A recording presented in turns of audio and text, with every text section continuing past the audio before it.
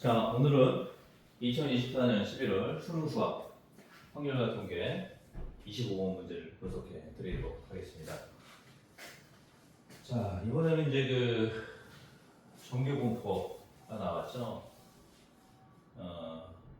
요즘에 이제 뭐 여론조사라든지 이런 것들을 많이 하기 때문에 좀 이제 기본적으로 공부를 해둘 필요가 있는 이제 그런 내용들이에요. 자, 한번 볼까요? 정규분포 n. 자, m이 이제 평균이죠. 2의 제곱, 즉 2라는 것은 이제 표준 편차를 얘기하고, 그다음에 2의 제곱이 되니까 이제 그게 분산이 되는 거죠, 그렇죠? 그래서 이 분산이라든지 표준 편차는 이제 기본적으로 성적이 높낮이가 등락이 들쑥날쑥하지 않느냐, 들쑥날쑥하느냐, 그 정도를 이제 측정하는 이제 단위인데요. 간단하게 예를 들면 처음 시험 봤을 때는 90점을 받았어요. 두 번째는 100점을 받았어요. 세 번째는 80점을 받았어요. 어쨌든 평균은 90점이잖아요, 그렇죠? 근데 어떤 학생은 계속 90점을 받는 거예요. 계속 90점. 아니면은 90점 받고 95점 받고 85점 받고, 그렇죠? 그럼 결국에는 다 평균은 90점이지만 우리가 상식적으로 볼 때 어떤 학생이, 자, A 학생, B 학생, C 학생, 어떤 학생이 가장 안정적이에요? 얘가 가장 안정적이죠. 어느 시험이나 다 90점씩 받으니까. 물론 100점 받은 학생이 잘한다고 볼 수도 있지만 우리가 이제 수학적으로 봤을 때는 편차가 얘는 제로란 말이에요. 제로. 그렇죠? 얘는 편차가 어떻게 됩니까? 플러스 10, 마이너스 10. 그렇죠? 그래서 편차가 작아야만 안정적인 점수를 받고 있는 거다. 이렇게 이제 보시면 되고, C 학생은 A 학생에 비해서 5점, 플러스 5점, 마이너스 5점, 그 차이니까 A 학생에 비하면은 덜 들쭉날쭉하다. 우리가 이제 어떨 때는 잘 보고 어떨 때는 못 보고 하면 너무 이제 그 들쭉날쭉하잖아요, 성적이. 그러면은 다음 시험에 뭔가 좀 예측을 할 때 맞추기가 되게 힘들죠, 그렇죠? 근데 이제 B 학생 같은 경우는 항상 90점씩 나오기 때문에 다음 시험에도 90점이 될 가능성이 A나 C 학생보다는 높다고 우리가 판단을 하는 거예요. 그런 식으로 이제 우리가 수학적으로 이제 판단을 하는 거고, 이거는 이제 뭐 일상생활에서 느끼는 거하고 조금 이제 다른 개념입니다. 오로지 이제 이 데이터를 통해서만 얘기를 하는 거니까. 자, 그래서 M이 이제 평균이고요. 이게 이제 표준 편차, 그렇죠? 편차. 제곱이 된 상태가 이제 분산이 되는 거죠, 분산. 그래서 이제 이런 걸 우리가 이제 정규분포라고 하는데, 일반적인 패턴이 이런 패턴이에요. 우리가 이제 성적뿐만 아니라 대부분이 이 중간 계층이 가장 많고요. 그 다음에 최하가 가장 적어요. 어느 뭐 조금 이제 다른 부분들도 있을 수 있어요. 어떤 이제 뭐 이런 식으로 갈 수도 있고요. 이쪽이 이제 더 많게 나올 수도 있고, 또 어떨 때는 이쪽이 더 많으면서 이렇게 될 수도 있고, 다양하게 이제 형태는 나오지만 일반적으로는 이제 가장 평균에 가까운 요 점수대에서 가장 확률이 높게 나온다는 거죠. 그래서 이제 이런 패턴을 우리가 이제 정규분포를 따른다고 이제 얘기를 해요. 그러니까 정규분포를 따른다는 말이 이런 패턴을 따라간다고 보시면 됩니다. 일반적으로. 그 이제 모집단이 있을 거 아니에요. 모집단, 그렇죠? 지금은 이제 뭐 학생들이 이제 그렇게 많지 않은데 예전에는 뭐 한 반에도 막 60명, 70명 그랬으니까 뭐 전교생이 뭐 1000명이 넘을 때도 있고 어떤 더 큰 학교는 뭐 1500명, 2000명 뭐 이렇게 될 때도 있고 뭐 그랬는데 항상 제가 얘기하잖아요. 이 수학적인 용어를 자꾸 우리 일상생활의 용어로 이해를 해야 됩니다. 그래야지 이 수학이 이런 말을 하는 거구나. 그런 어떤 이제 그 친근함을 좀 느낄 수가 있게 되거든요. 그래서 모집단에서 하면 이제 이 모집단이라는 건 뭐예요? 어미 모자 써가지고 원래 집단. 예를 들어서 점수 얘기했으니까 이제 학생으로 예를 들게요. 뭐 지금 전교생이 뭐 1000명, 2000명 그렇게 있지는 않지만 이렇게 볼 수 있잖아요. 그렇죠? 전국 학생,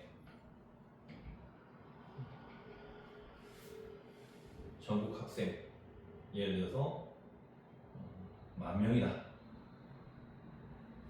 10만 명이라고 해도 되고요. 100만 명이라고 해도 되고 그 10,000명을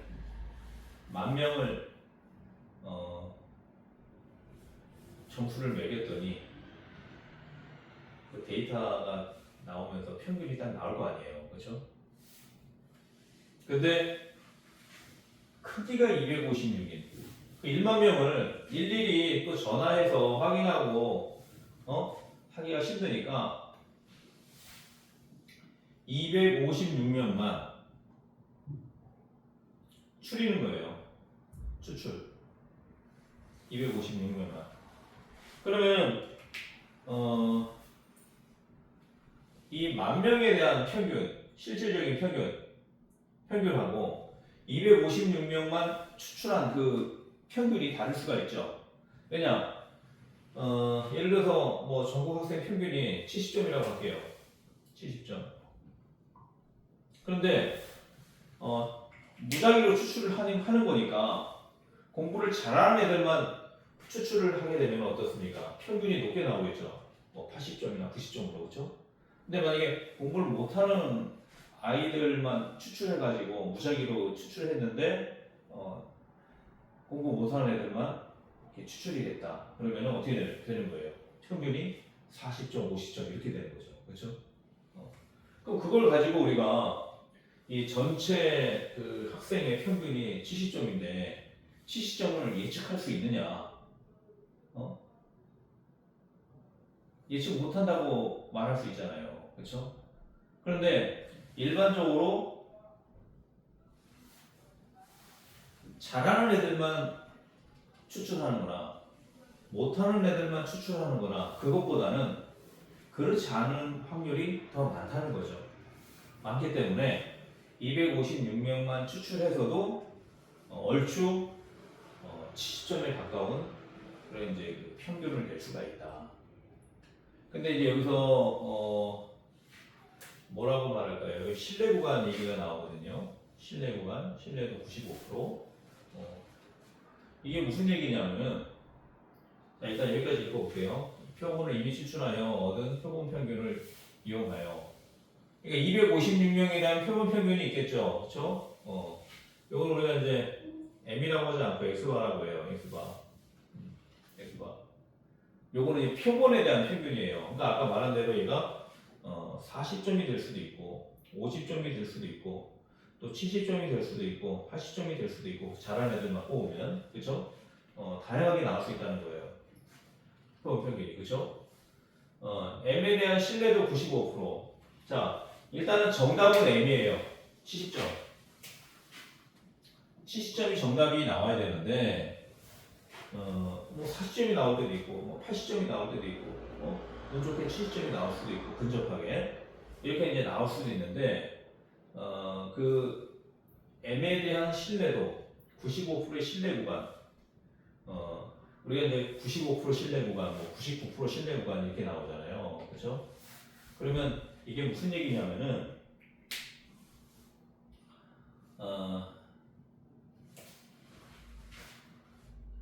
아까 말한 대로 정답은 70점이 나와야 돼요. 그렇죠? 이 10,000명을 다 조사했더니 70점이 나와야 되는데 매번 10,000명을 조사할 수는 없잖아요. 근데 256만 추출해갖고 이제 조사를 했는데 평균이 80점이 나왔어.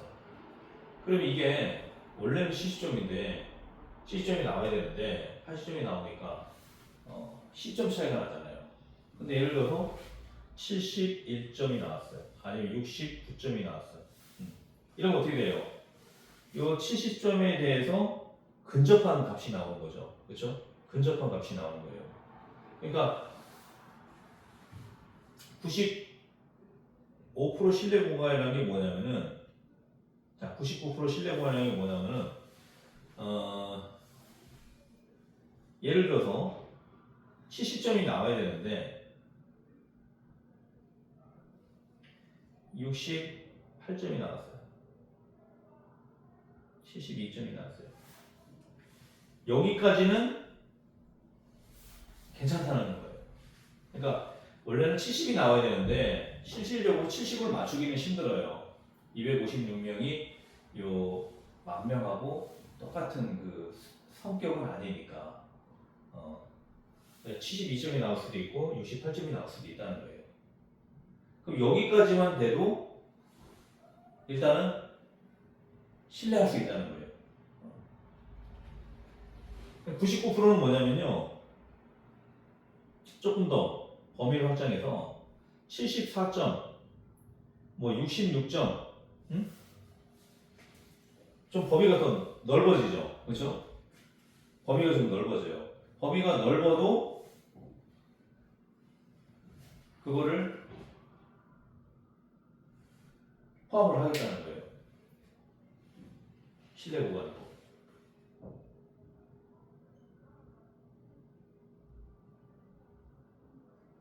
자, 그래서 1점 보통 이제 우리가 95% 같은 경우는 1.96을 이제 집어넣고요. 99%는 2.58을 집어넣게 되는데, 이게 지금 의미하는 게,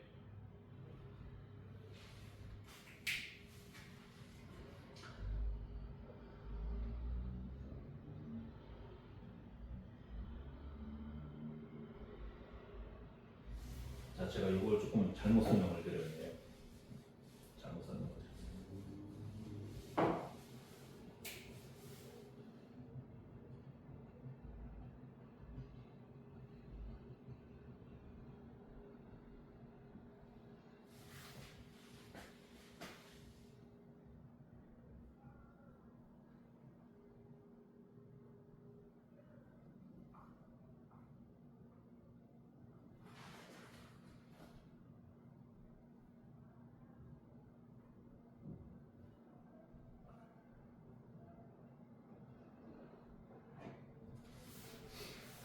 자, 보통 이제 우리가 그 신뢰 구간을 결정하는 이제 요인인데, 예를 들어서 256명을 표본을 이미 추출해서 표본 평균이 예를 들어서 요 이제 70점이니까요. 68점이 나왔어요. 68점. 표본 평균이. 그럼 그 68점을 가지고 이렇게 이제 1.96 곱하기 루트 n, n은 이제 지금 256명을 의미하는 거예요. 그리고 표준 편차, 이게 이제 2가 되는 거죠. 2죠. 요거를 더하거나 또 표본 평균에서 1.96 곱하기 루트 n분의 시그마 요거를 빼거나 이렇게 되거든요. 그럼 이제 99%는 1.96 대신에 2.58을 곱해요. 2.58을. 그러면은 요 루트 n분의 시그마는 일단은 값이 이제 일정하게 나오잖아요, 그렇죠? 그럼 얘는 이제 1.96보다 2.58이 더 크니까 표본 평균에다 더하는 게 더 커지죠, 그렇죠? 그러면 다시 한번 좀 설명을 드릴게요.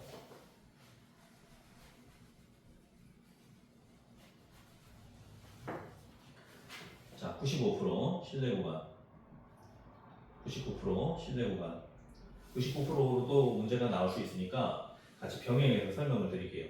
자, 일단 표본 평균이 68점이 나왔어요. 그렇죠? 68점. 그럼 68점에다가 1.96 곱하기 루트 n분의 시그마를 더하거나 이렇게 되는 건데, 그건 이제 나중에 계산하고요. 70점, 66점 이렇게 나오고, 자, 68점에서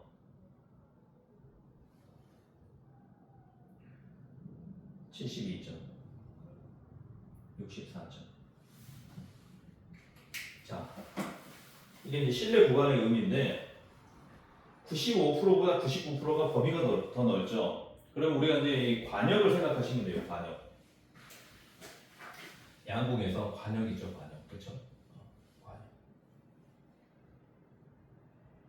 자, 이 범위가 좁은 것보다 범위가 넓은 데를 맞추는 게 확률이 더 높죠. 그렇죠? 그러니까 실내도 99%라는 얘기예요. 무슨 얘기냐면은 이 실내, 이거를 우리가 실내 구간이라고 하거든요. 실내 구간. 즉 실내 구간이 높을수록, 아니, 클수록, 범위가 클수록 화살을 맞출 확률이 많잖아요. 즉 실제 만 명에 대한 평균을 맞출 확률이 높다는 얘기예요. 맞출 확률이. 그럼 보면 이제 여기서도 딱 나오잖아요. 원래는 70이에요. 70. 근데 99%, 95%에는 요 70이 요 하나 걸리죠. 근데 99%는 뭡니까? 70이 요 사이에 들어가 있잖아요. 그렇죠? 그러면 정답이 있을 확률이 95%보다는 99%가 더 높은 거죠. 그렇죠?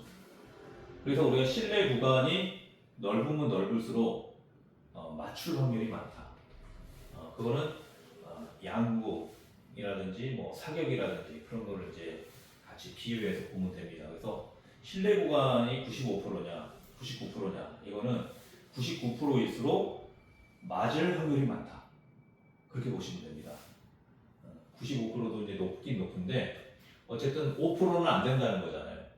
99%는 건 쉽게 말하면 99%는 맞는 건데 1%는 안 될 수도 있다는 거잖아요. 그렇죠? 그러니까 256명만 추출했기 때문에 실제 만 명에 대한 데이터는 우리가 정확하게 뽑을 수는 없지만 예측을 할 수 있다 이거죠.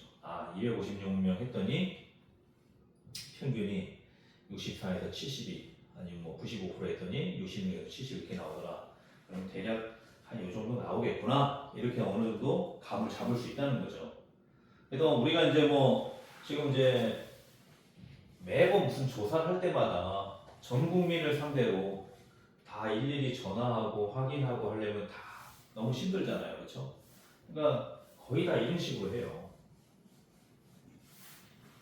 표본만 추출해가지고 의견 물어보고 그리고 나서 전체 국민의 어떤 생각들을 읽어내는 거죠. 그렇게 해서 좀 이해하시면 됩니다. 자, 그래서 실내도 95%로 실내 구간이 이 평균, 실제적인 평균을 우리가 구하려고 하는 거잖아요. 그렇죠? 그 구간이 A하고 B 사이에 있다. 그래서 요게 이제 A를 의미하는 거예요. A. 얘가 B를 의미하는 거예요. B. 그러니까 우리가 지금 이제 구하려는 최종적인 목표가 평균이에요. 평균. 실질적인 평균. 근데 그 실질적인 평균은 어떻게 구하느냐? 256명에 대한 그 분을 우리가 바로 구할 수 있잖아요. 그렇죠? 250, 표본이 작으니까. 그 256명에다가 1.96을 곱하고 노트 n분의 시그마를 합니다. 반대로 이쪽에는 이제 빼기를 하죠. 그래서 이제 실내 구간이 이제 형성이 되는 건데 99%일 때는 2.58을 곱해주면 돼요. 그런 식으로 이제 이해하시면 되고, 자, B 빼기 A를 구해라.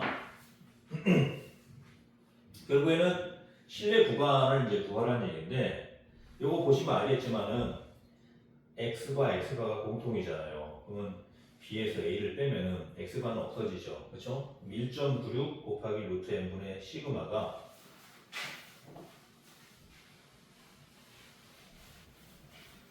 두 개가 생긴 거죠. 그렇죠?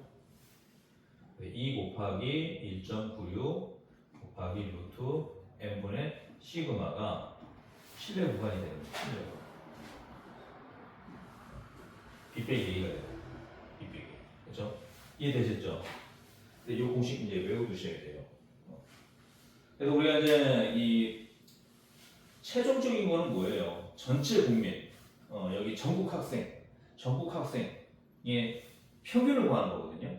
그 전국 학생의 평균을 일일이 다 전화해서 확인하고 할 수가 없기 때문에 256명만 추려가지고 걔네들은 이제 정확하게 이제 하는 거죠. 전화하고, 전화 내용 방문하고 그런 식으로 해서 물어보고 그렇게 해서 평균을 이제 예측하는 거예요. 평균. 그래서 이 m이라는 것은 실질적인 평균, 그리고 이 x를 반하는 것은 표본 평균이라고 그래요. 표본. 즉 256명에 대한 평균이에요. 거기에다가 1.96 곱하기 루트 n분의 시그마, 1.96 루트 n분의 시그마를 더하거나 빼야 된다. 그래서 이제 아까도 이 정규분포라고 이렇게 나왔으니까 얘가 쉽게 말하면 이제 평균을 우리가 이제 m으로 봤을 때 표준 정규분포에서는 얘가 0이 되죠. 0을 기준으로 좌우로 나뉘는 거거든요. 플러스 마이너스. 그러면 여기까지가 95%가 되는 거고, 그렇죠? 조금 더 넓게 보면은 요거는 이제 99%가 되는 겁니다. 그래서 범위가 넓어질수록 맞을 확률이 많다. 그러니까 우리가 예측을 딱 했을 때 정답이 될 확률이 많다. 그런 식으로 이제 이해를 하시면 됩니다. 단 Z가 표준 정규 분포를 따르는, 자 Z가 이제 우리가 보통 다 일반적인 이런 이제 수치들을요 Z로 다 표현해요. Z로. Z. 그래서 그거를 표준 정규 분포라고 합니다. 그래서 이제 아까는 이런 개념이었잖아요. 그렇죠? 그림은 똑같은데 얘가 M이에요. 네. 근데 여기서는 이제 Z로 이제 바꿔줘야 됩니다. 그래서 그게 0.95. 즉 1.96이잖아요. 여기가 1.96이라고 했을 때 여기는 이제 마이너스 1.96이 되죠. 그렇죠? 이 범위가 95%라는 95%. 즉 전체를 100으로 봤을 때 95%가 된다. 그리고 여기는 이제 마이너스 2.58, 여기도 2.58 이렇게 되는 거죠. 그러면 요거는 여기가 99%가 됩니다. 99%. 물론 이제 여기하고 조금 이제 그림상으로 조금 매치가 안 됐는데 그런 식으로 이해하시면 됩니다. 그래서 95%보다 99%가 범위가 넓죠, 그렇죠? 넓기 때문에 답이 될 확률이 많다. 그렇게 이제 이해하시면 됩니다.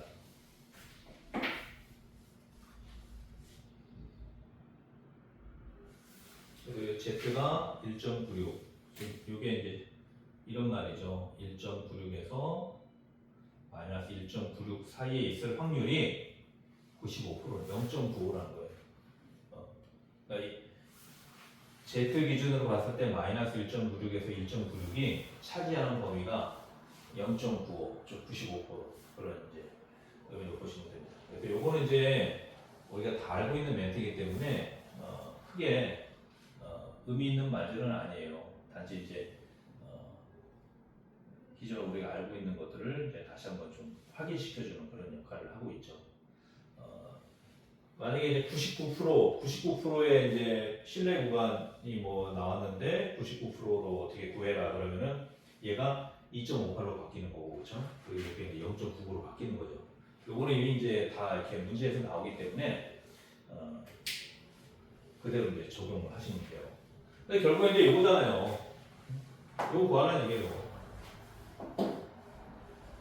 자, 이제 256이니까 여기다가 이제 적용하면 되겠죠. 그렇죠? 자, 2 곱하기 1.96 곱하기 루트 256이니까 256은 2의 8승이잖아요. 그렇죠? 2의 8승. 그리고 시그마는 표준편차 2. 그렇죠? 자, 그러면 2 곱하기 1.96 곱하기 자, 루트 밖으로 나오니까 2의 8승이 2의 4승이 되죠. 2 곱하기니까 2의 제곱, 그쵸? 요거 계산이 약분돼서 이제 4승이 2승이 됩니다. 그쵸? 그러면 4분의 1.96이 되는 거죠. 그쵸? 그럼 0.4, 446, 그쵸? 자, 1.96, 4로 나오니까. 자, 0.4가 되죠. 그쵸? 4, 46, 16, 그쵸? 그럼 36이 남죠. 이것도 자리수 따져봤고 49, 36 이렇게 하는 거니까 그렇죠? 0.49가 되는 거죠.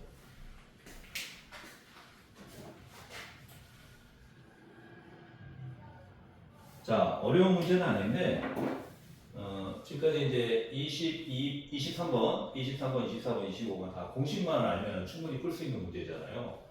제가 이제 조금 이제 장황하게 설명한 거는 모집단이 뭔지 또 표본 평균이 뭔지 이런 것들은 다 수학적인 용어니까 이거를 이제 일상생활의 용어로 제가 전환해 갖고 설명을 드린 거예요. 그래서 그렇게 좀 잘 이해를 하시고 중요한 거는 이제 사실 이제 이런 이제 수학적인 용어들 이런 것보다는 우리가 이제 여기서 말하는 게 뭔지 그거를 이제 잘 캐치를 할 줄 알아야 돼요. 말하는 게 뭔지.